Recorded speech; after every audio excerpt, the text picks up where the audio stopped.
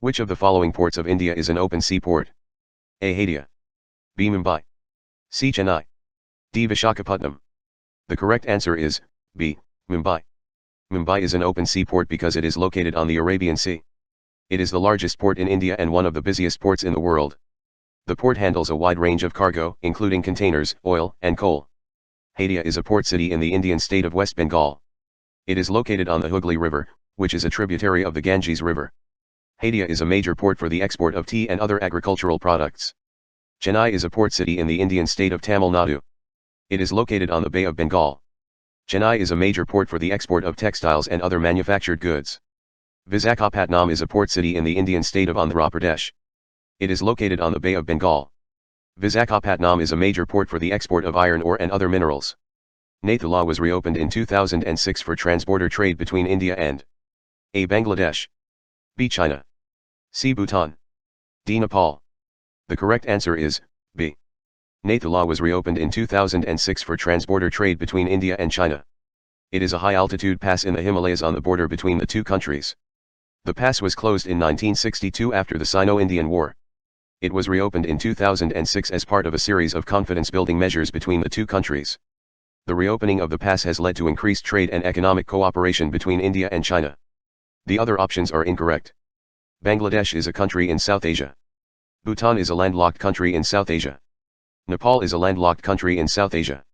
As per the 2001 census, the most urbanized state of India is A. Gujarat. B. Kerala. C. Maharashtra. D. Tamil Nadu. The correct answer is C. Maharashtra. Maharashtra is the most urbanized state in India, with 45.3% of its population living in urban areas. This is followed by Gujarat, 41.3%, Tamil Nadu, 40.8%, and Kerala, 39.9%. The urbanization rate in India has been increasing steadily over the past few decades. In 1961, only 17.3% of the population lived in urban areas. This number increased to 25.7% in 1991, and to 31.1% in 2001. The projected urbanization rate for 2021 is 37.1%. There are a number of factors that have contributed to the increasing urbanization of India. One factor is the rapid economic growth of the country. As the economy has grown, so has the demand for labor in urban areas. This has led to a large-scale migration of people from rural to urban areas. Another factor that has contributed to the urbanization of India is the development of infrastructure in urban areas. The government has invested heavily in the development of roads, bridges, and other infrastructure in urban areas. This has made it easier for people to live and work in urban areas. The urbanization of India has a number of implications for the country. One implication is that it will put a strain on the country's resources. Urban areas require more resources than rural areas, such as water, electricity, and transportation. The government will need to invest in these resources to meet the needs of the growing urban population. Another implication of the urbanization of India is that it will lead to environmental problems. Urban areas are often associated with pollution, traffic congestion, and other environmental problems. The government will need to take steps to address these problems. The urbanization of India is a complex issue with both positive and negative implications. The government will need to carefully manage the process of urbanization in order to maximize the benefits and minimize the costs. What was the ancient name of River Ajalam? A. Askanai. B. Vipasa. C. Vidhasta. D. Parushni. The correct answer is C. Vidhasta. The Jhelum is a river in northern India and Pakistan. It is one of the 5 rivers of Punjab, and is the longest of the 5.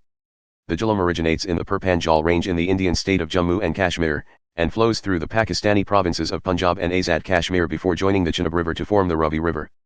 The Jhelum is a major source of irrigation and drinking water for both India and Pakistan. The ancient name of the Jhelum is Vidhasta. The name Vidhasta is derived from the Sanskrit word Vidas, which means to shine. The name Vidhasta is first mentioned in the Rig Veda, one of the oldest Hindu scriptures. The Rig Veda describes the Vidhasta as a beautiful river that flows through the land of the Punjab. The name Vidhasta was later changed to Jhelum by the Persians. The name Jhelum is derived from the Persian word gil, which means river. The name Jhelum is first mentioned in the works of the Greek historian Herodotus. Herodotus describes the Jhelum as a large river that flows through the land of the Punjab. The name Jhelum has been used ever since. The name Jhelum is used in both India and Pakistan. The name Jhelum is also used in the English language. The density of population of Uttar Pradesh according to 2001 census, is A. 689 per square km. B. 589 per square km. C. 489 per square km. D 389 per square km. The correct answer is A 689 per square km. The density of population is the number of people per unit area. It is calculated by dividing the total population by the total area. The density of population of Uttar Pradesh according to 2001 census is 689 per square km.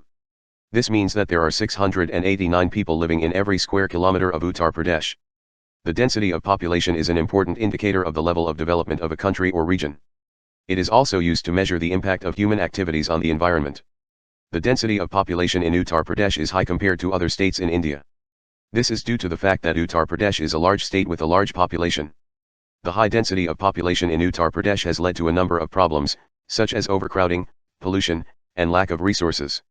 The government of Uttar Pradesh is taking steps to address the problems caused by the high density of population. These steps include promoting family planning, providing education and employment opportunities, developing infrastructure, protecting the environment. The Chinnar Wildlife Sanctuary is located in A. Jammu and Kashmir, B. Kerala, C. Sikkim, D. Tamil Nadu. The correct answer is A. Jammu and Kashmir. The Chinnar Wildlife Sanctuary is located in the Purpanjal range of the Himalayas in the Indian state of Jammu and Kashmir. It is a protected area that covers an area of 1,000 square kilometers. The sanctuary is home to a variety of wildlife, including snow leopards, brown bears, Himalayan tahr, and musk deer. It is also a popular destination for trekking and mountaineering. The other options are incorrect. B. Kerala is a state in southern India. It is known for its beautiful beaches, backwaters, and wildlife sanctuaries. C. Sikkim is a state in northeastern India. It is known for its mountains, glaciers, and monasteries. D. Tamil Nadu is a state in southern India. It is known for its temples, palaces, and beaches. As per 2001 census, the largest number of million cities are in the state of A. Maharashtra, B. Tamil Nadu, C. Uttar Pradesh, D. West Bengal. The correct answer is A. Maharashtra. Maharashtra has the largest number of million cities in India, with 7 cities having a population of over 1 million. These cities are Mumbai, Pune, Thane, Nagpur, Nashik, Aurangabad, and Kalyan Dombivli.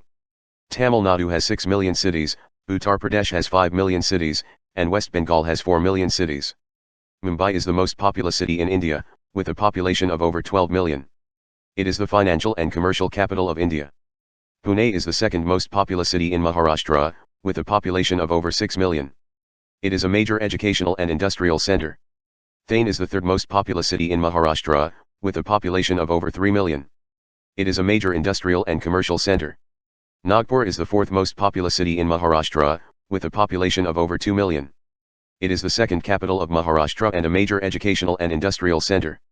Nashik is the fifth most populous city in Maharashtra, with a population of over 1.5 million.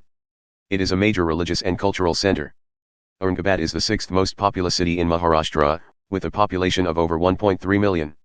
It is a major historical and cultural center.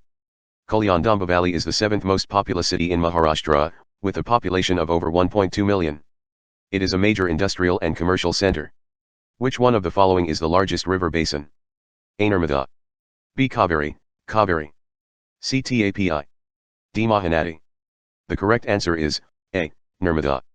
The Narmada River is the fifth longest river in India, flowing from Amarkantak in Madhya Pradesh to the Arabian Sea at Bhadoj in Gujarat.